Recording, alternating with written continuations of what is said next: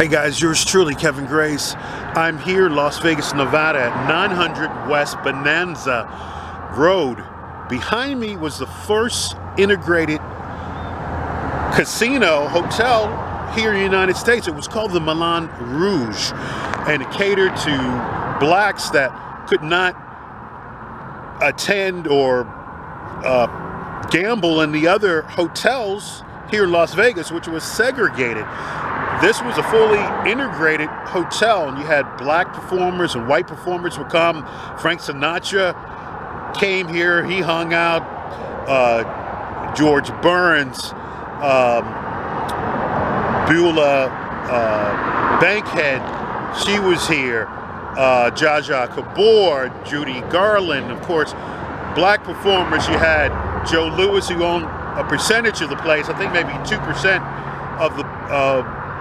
of the ownership he had here. You had Nat King Cole, you had Ella Fitzgerald, Sammy Davis Jr. This was a place to be. Now, it opened May 24th, 1955. And unfortunately, it was only open for 6 months. It closed in October 1955. The bills were not being paid, and the doors were padlocked, so it was very sad to see. Now, it still had historical value because in 1960 there was going to be a major protest here in Las Vegas. Like I said, the casinos were not segregated. You could work there, you could be an entertainer there, but you couldn't stay there or gamble there.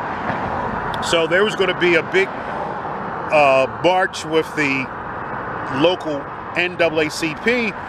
And Governor Sawyer Grant, they sat down at the coffee shop that was here in the Moulin Rouge, and they hammered out what they called the Moulin Rouge Agreement, which desegregated the casinos here.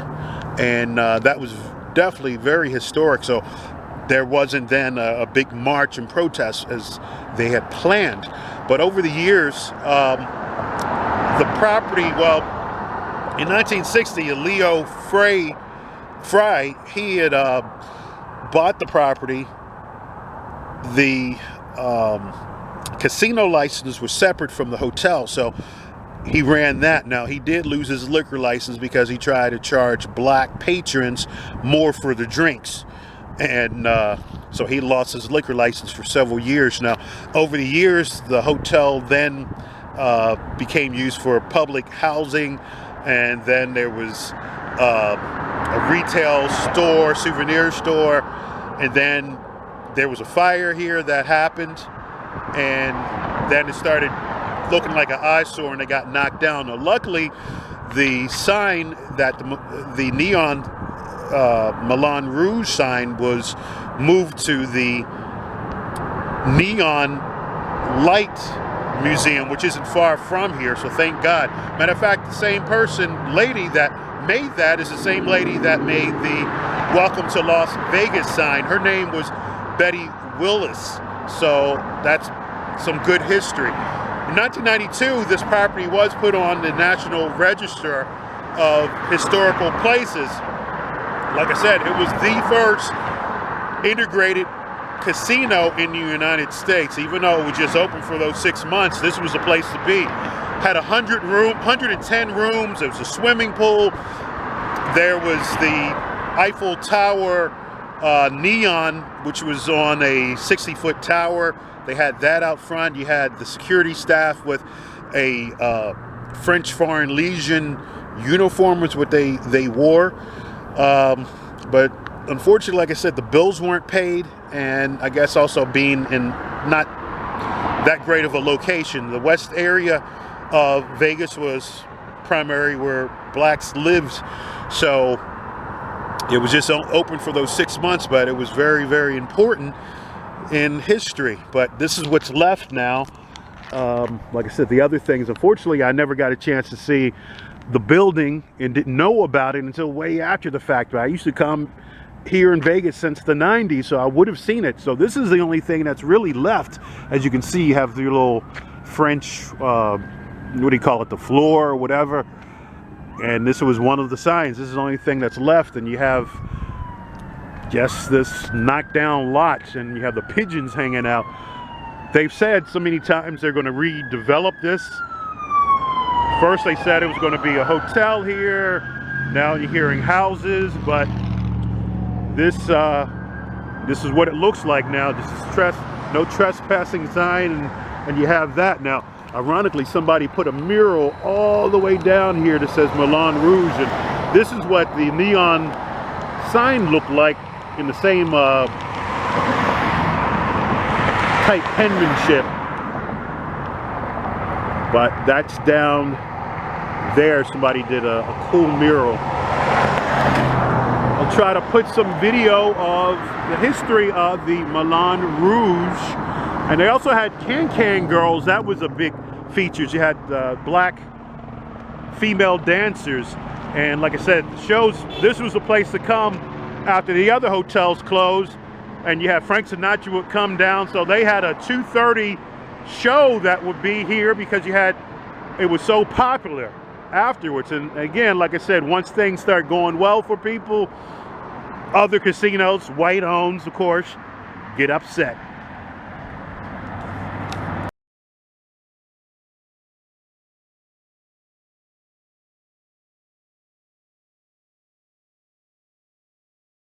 Hey guys, we're at the Neon Park Boneyard. So I'm going to show you the historic Moulin Rouge sign. Now, recently, well, a couple years ago, it was relit, and some of the neon was still usable. So that's a lighter color, and the darker color is the newer neon. But let's see what we can see on the outside here. So it's right next to the Hard Rock guitar right here, but if you come inside there, they've got some different specials that you can go in and see the sign up close. But you see that pink sign there, that is it, the Moulin Rouge sign right there. So I'm glad they were able to save some history, because like I said, a couple days right after they moved it, there was another fire at the remaining part of the hotel there. So I'm glad that this was here. And like I said, the same lady that made the Welcome to Las Vegas sign made this sign as well, Betty Willis. This is a better angle of the Moulin Rouge sign, so it was a little farther down on this side. So if you come over here where the Seagull Suites is in the parking lot, you can see the sign much better than on the other side that I just showed you. But it's right there by the Hard Rock Cafe sign. But that's it. That's the historic sign from the first integrated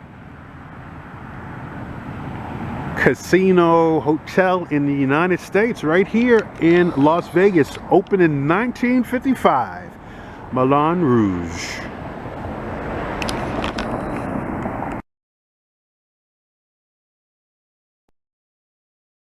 So the Moulin Rouge is one of those places that became the first integrated hotel casino in Las Vegas, one that could rival any of those on the Las Vegas Strip. But the Moulin Rouge takes it a step higher in elegance, the entertainment, in the food, in all categories. It was built in 1954, opened in 1955. And in 1955, we have the first integrated hotel casino. Entertainers were incredible. Nat King Cole, Sammy Davis Jr., you had every major African-American performer playing there, but not just that. They could sleep there. They could eat there. It is themed after the Moulin Rouge in Paris. So we have people coming from Los Angeles and all over the country to mingle in this cosmopolitan location. It is owned by 3 white men, businessmen.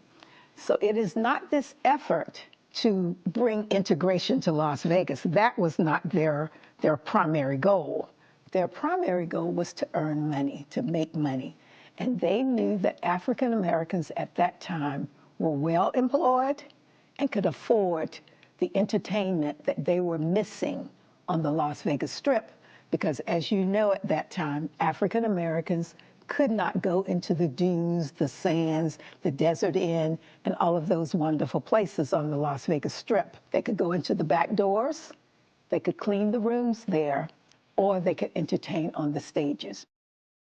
Frank Sinatra had to fight for Sammy Davis to be able to use the dressing rooms, not just get escorted through the back door and escorted out the back door at the beginning and end of a set. These were people at the top of their game, the most important entertainers in this country, and they couldn't sit in the diner. They couldn't have a cocktail at the bar. But they could not gamble, they could not have dinner, they could not go to the shows. Now they can. They have a place that allows that. And it's this beautiful place. So there is a woman who tells the story. Her name is Catherine Joseph. She talks about opening night, how it's standing room only. All the beautiful people are there. Dance line. It's the first line of African American dancers that you've seen in this area of the country. They are dancing the Watusi. They are dancing the same dances that they did at the Moulin Rouge in Paris. And it is just a wonderful place to be with this wonderful vibe. Moulin Rouge had done something else before it closed. In those last couple of months, it put on a show at 2:30 in the morning. And that show began to pull some of those entertainers and high rollers from the Las Vegas Strip. We have evidence that some of the showgirls were told that they could not leave the Strip to go to the Moulin Rouge or that they would lose their jobs.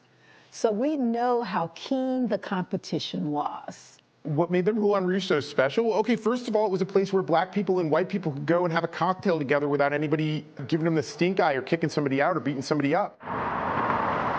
So today, where the Moulin Rouge stood is now a vacant lot. I feel that those grounds are sacred. That I can pick up the sidewalk there is nightmarishly depressing. They're important from an ancestral standpoint. They're important from a socio-political standpoint. They're important from a historical view.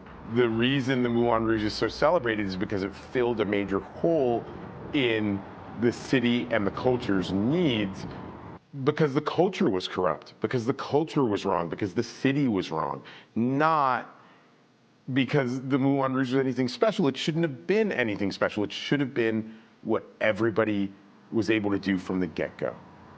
The moment the Moulin Rouge proved any level of success, because Las Vegas is a city of commerce and not a city of politics primarily, the rest of the casinos followed suit and began to desegregate. That's what the Moulin Rouge brought about in this city. The Moulin Rouge was the first attempt to make that open playing field for all. And that's magic. That's magic is when you bring everybody to the table and you let them have a good time. What makes the Moulin Rouge special is sociological, is cultural, is racial, and political.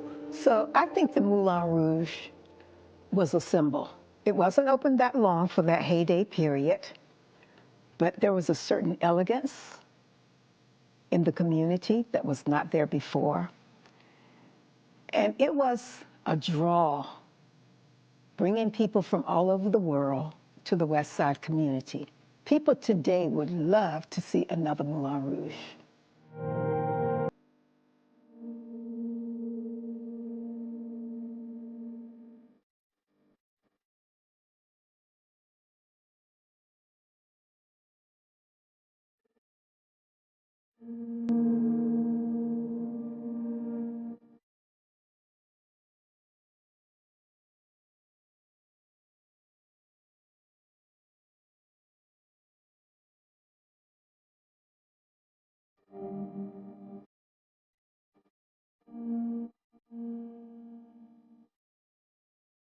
It's a fight to get a property that was once the Moulin Rouge Hotel and Casino to rebuild history. One group's hoping to get the land to build, and they say they will do whatever it takes. Fox 5's Regina On has the story.